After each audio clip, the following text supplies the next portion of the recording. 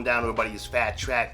Today, I'm gonna show you a really quick, I guess, tutorial on the 2500 that I've been using it for years. This tutorial is gonna help you out organization as far as your drum kits, storage on the 2500. And I do this on all my MPCs. The 2000 XL, I use a 2 GB compact flash card and I organize it as well. But on the 4000 and on the 2500, this is exactly what I do as far as my drum kits, my beats, and then getting back to the main screen without having to turn off your MPC. So I hope this small, short video helps out. And if you ever need equipment, make sure you check out my Sounds link. I'm an affiliate. Quick shout out to them. So if you need equipment, definitely helps the channel out for sure. It helps me out for sure.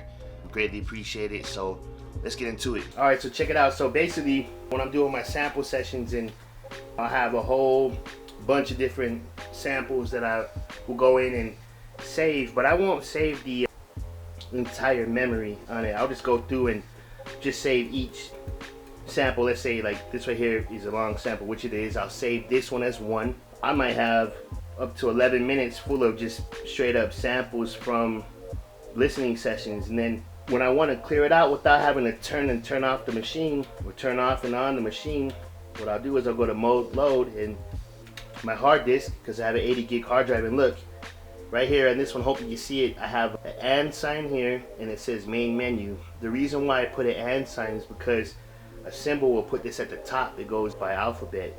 So if I load up the main menu, which I just saved the main screen as a project and hit do it, we'll go back to our trim screen and look, we have no samples. If I go to my record, look, 11 minutes. That's a real quick way of clearing out the whole session. So you already have, you're back to your 11 minutes of sample time in stereo on the MPC 2500, which is dope.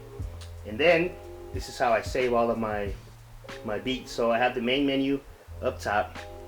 August 2010 is when I started organizing all of my beats, and then I would have it by album beats. Like I put like 4 apostrophes to go to the top, so I have all of the albums that I've worked on, produced up in here in their folders to keep them organized. Those are all of my album beats, and then any ones that's not really albums, they're just regular beats that I'm making, I'll have them saved down here. And I have, when I first bought this beat machine, Boone gave me his kits, and I just store all of my drum kits that I have in the folder, like every kit from Booney that he gave me that day. Huge blessing, which is dope. Still use them to this day, but I have my drum kits organized like that.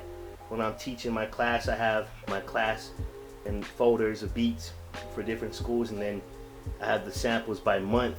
So yeah, that's exactly how I do it on the MPC 2500. I believe it's one of the dopest, and if the storage ever fills up with beats, I'll just plug it in through the USB into the computer, drag and drop all the beats off, and then save it on an external hard drive, and then clear up that space on the 2500 except for the kits and the samples. So yeah, so there you have it. Make sure that you organize your stuff. For me, organization is key.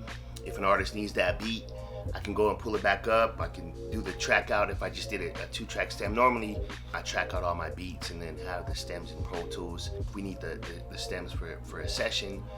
And keeping the drum kits organized for me, being able to find my favorite ones. Also, getting back to the main screen, let's say you want to scrap an idea. Normally, I save everything. When you go back years later, and I've gone back years later to beats that I guess weren't done, or I was chopping a sample, I had a program ready, I had some drums, or I didn't, or I may have had a sequence. My ear was different now. It was good back then, but it's different now. I'm going in and finding things that I didn't find before. I'm like, wow, that sample chop was dope. Let me rearrange it like this. Let me replace the drums and do a different pattern. Like, that's exactly how I do it. That's exactly how like Kanye West did it. He talked about it. Like he went into that one beat, and then he did the explosive drums over it. I forget the song. I should know it, but so yeah. And then what I was getting at is, if you want to scrap that idea, just go mode, load, go up to that main screen. It's the first one that comes up. Hit do it, and then you're back. Leave a blank canvas. So I hope this helped you out. Thank you for tuning in. Make sure you hit that like, subscribe, and then comment me if you have any questions. God bless everybody.